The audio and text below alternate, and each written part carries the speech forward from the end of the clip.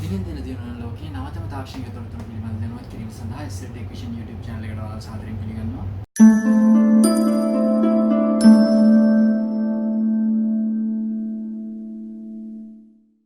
හොඳයි යාළුවනේ, අද මම ඔයාලට කියලා දෙන්න හදන්නේ කොහොමද සුපර් කම්පියුටර් එක assemble කරන්න කියලා. මම ඒකට මේ අවශ්‍ය කරන බඩු ටික ඔක්කොම ගෙනල්ලා තියෙනවා. processor එකක්, motherboard එක, එතකොට VGA card එක, power supply එකක් ගෙනල්ලා තියෙනවා. ආකාර එකක්, board 1000ක එකක්, SSD hard drive එක, RAM cards. ඒතකොට මම ඔයාලට මේවා එකින් එක explain කරන්නම් කොහොමද මේ වල තියෙන performance කියලා. ඉස්සෙල්ලා මම processor එක ගැන ඔයගොල්ලන්ට පොඩි හැඳින්වීමක් කරන්නම්. මේක i7 9 gen processor එකක්. මේකේ model number එක ගත්තොත් වෙන්නේ Intel i7 9700K. ඒ වගේම මේකේ socket එක ගත්තොත් LGA 1151 socket එකක් තමයි තියෙන්නේ මේකට. ඒත් එක්කම මේකේ cache memory එක ගත්තොත් ඔයගොල්ලන්ට 12MB cache memory එකක් බලා ගන්න පුළුවන්. ඒත් එක්කම cores 8ක් සහ threads 8ක් යනවා මේ processor එකේ. අපිට මේ processor එක ගැන මිලදී ගන්න තැනට ගියොත් ඔයගොල්ලන්ට අනිවාර්යයෙන්ම මේකට cooling fan එකක්වත් මොකක්වත් ලැබෙන්නේ නැහැ. processor එක විතරයි ලැබෙන්නේ. මොකද මේක Intel සමාගමේ official website එකේම සඳහන් කරලා තියෙනවා කිසිම cooling fan එකක් මේකට box එකට එන්නේ නැහැ කියලා. ඒක නිසා ඔයගොල්ලන්ට processor එක විතරයි මිලදී ගන්න පුළුවන්. මේකේ graphic chip එක පිළිබඳව චුට්ටක් කතා කළොත් මේකේ තියෙන්නේ Intel UHD 630 කියන ටෙක්නොලොජි එක තමයි මේකේ graphic chip එකට ඇවිල්ලා තියෙන්නේ. එතකොට මේකේ 4K videos සහ high resolution videos support කරනවා හොඳටම. ඒ වගේම games වලට ගොඩක් support කරන processor එකක්. මේකේ speed එක ගත්තොත් අපිට 3.6 MHz speed එකක් බලා ගන්න පුළුවන්. ඒත් එක්කම මේක overclock කරන්න පුළුවන් හැකියාවක් තියෙනවා. overclock කරද්දී මේක 4.9 GHz speed එකකට overclock කිරීම හැකියාව තියෙනවා. ඒක නිසා මේක games වලට නම් ගොඩක් support කරනවා. ඒ වගේම graphic, video editing මේ වගේ දේවල් වලට ගොඩක් support කරනවා මේ processor එක. ඔයගොල්ලන්ට මේකේ official website එකට ගියොත් මේ details ඔක්කොම හරියටම බලා ගන්න පුළුවන් හැකියාවක් තියෙනවා. ඒ වගේම මේ processor එකේ memory එක ගැන කතා කළොත් මේකේ තප්පරයට gigabyte 41.6ක memory එකක් store කරගන්න පුළුවන් හැකියාවක් තියෙනවා. ඒ කියන්නේ ඔයගොල්ලන්ට programs කීපයක්ම open කරගෙන මේකේ වැඩ කරන්න පුළුවන් හැකියාව තියෙනවා. තව දෙයක් කියන්න ඕනේ, මම මේක ඉලදී ගත්තේ Gampaha Global Computers කියන ආයතනයෙන්. මට ඒගොල්ලන් මේකට වසර දෙකක වගකීමක් සහ රුපියල් ලංකාවේ මුදලින් රුපියල් 74000ක වෙන මුදලකට තමයි මට මේ processor එක ඒගොල්ලෝ ලබා දුන්නේ. ඒ වගේම මට මේක මේ විදිහට seal pack තමයි හම්බුනේ. මේක කඩලා නැහැ කොහෙවත්. මගේ වීඩියෝ එකේ පහලින් description line එකේ මම ඔයගලන්ට මම මේක මෙලදී ගත්ත දෙන address එක සහ phone number එක දාන්නම්. ඔයගලන්ට පුළුවන් ගන්නවනම් එතන ගිහලා ගන්න. ඊළඟට මම ඔයගලන්ට කියන්න යන්නේ motherboard එක ගැන. මේ computer එකට fix කරන්න ගත්ත motherboard එක. මේක gaming motherboard එකක්. ROG Strix Z390H gaming කියන motherboard එක.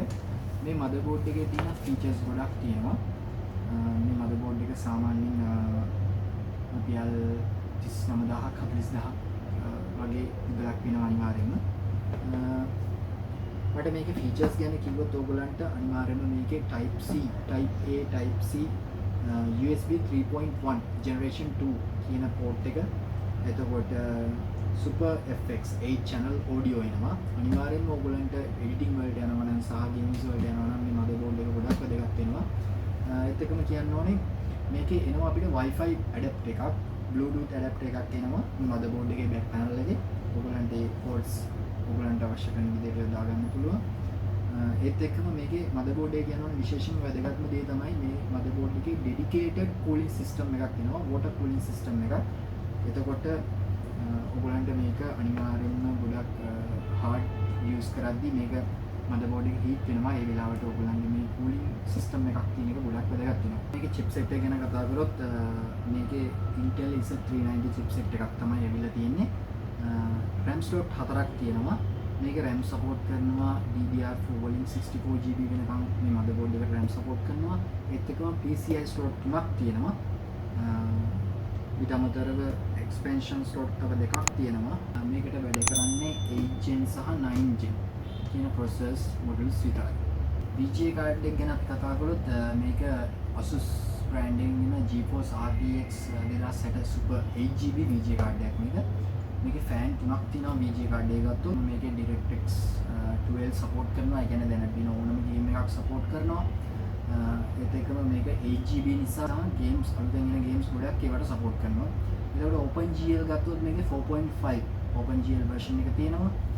එතෙන්දි මේකේ QDOCO GPU boost එක NVIDIA Ansel NVIDIA DLSS cores එතකොට මේ features ඔක්කොම වගේ මේකේ අදාළ වෙනවා. ඇත්තටම කිව්වොත් මේක තමයි මගේ PC build එකේ expensive part එක. මේක සාමාන්‍යයෙන් රුපියල් 1,70,000ක් විතර වෙනවා මේ VGA card එක. ඔයාලට පුළුවන් මේක මම මෙතනදී ගත්ත දැන් මේ ගන්න මම කොහොම description එකේ දාන්නම්. ඒ වගේම ඔයාලට කියන්න ඕනේ අනිවාර්යයෙන්ම මේ වගේ PC එකක් build කරනවා නම් SSD hard drive එක අනිවාර්යයෙන්ම දාන්න ඕනේ.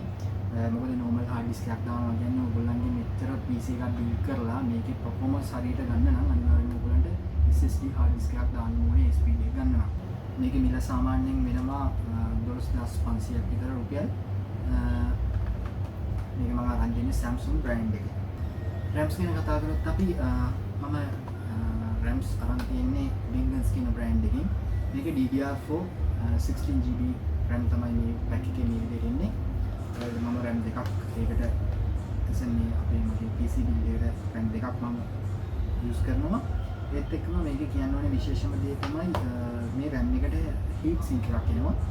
මොකද මේක RAM එක design කරලා තින්නේ overclock කරනකොට machine එකේ කියන්නේ machine එකේ speed එක overclock කරනවා නම් ඒකට ඔරොත්තු දෙන විදිහට තමයි මේ RAM එක design කරලා තින්නේ. ඒත් එක්කම heat එක pressure එක දරා ගන්න පුළුවන් විදිහට heat sink එකකුත් මේකට දීලා තියෙනවා. ඔයගොල්ලන්ට මේ PC build එකේදී වැදගත්ම වෙන part එක තමයි power supply එක. මේ PC build එකේදී අපි කොච්චර devices use කරලා හොඳම devices use කරත් PC build එකට අනිවාර්යෙන් මේ වල performance ගන්න මේ වගේ හොඳ power supply එකක් ඕන වෙනවා. මේක Cooler Master 1000 volt තියෙන Cooler Master power supply එකක්. මේ VGA card එකට වෙනම power දෙන්න පුළුවන් power cord එක. ඒත් එක්කම motherboard එකට යන power cord ඒත් එක්කම මේකේ තියෙන warranty එක අවුරුදු දෙකක warranty එකක් තියෙනවා. ඒත් එක්කම මේකේ මිල සඳහන් කළොත් මේක රුපියල් 33900ක් වෙන මුදලක් වගේ වෙනවා අනිවාර්යයෙන්ම මේ power supply එක. ඔයගලන්ට පුළුවන් මේ වගේ power supply එකක් දාලා මේ PC build එක complete කරගන්න. හරි. එහෙනම් අපි assemble එකට යමු.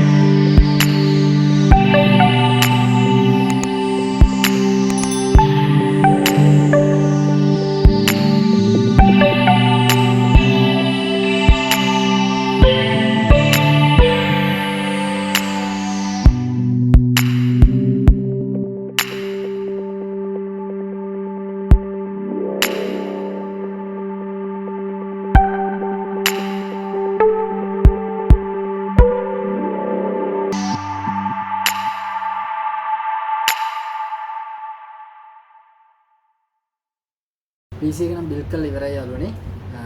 ඔයගලන්ට මම PC එක බිල්ඩ් කරද්දී PC එකේ මේ පාර්ට්ස් වල කියන්න බැරි වුණ සමහරක් දේවල් ගැන මම ඔයගලන්ට ඩිස්ක්‍රිප්ෂන් එකේ දානවා ඒ සියලුම දේවල් links එතකොට මේකේ prices ඒ වගේ දේවල් ඔක්කොම මම PC එක බිල්ඩ් කරගත්තේ කොහෙන්ද ඒ සෑම දෙයක්ම ක්ෂණය පිළිබඳ අලුත් තොරතුරු දැනගන්න subscribe කරන්න මගේ channel එක like කරන්න share කරන්න bell icon එක click කරන්න මේ වගේම අලුත් වීඩියෝ එකකින් හම්බෙමු. ගෙහින් එන්නම්.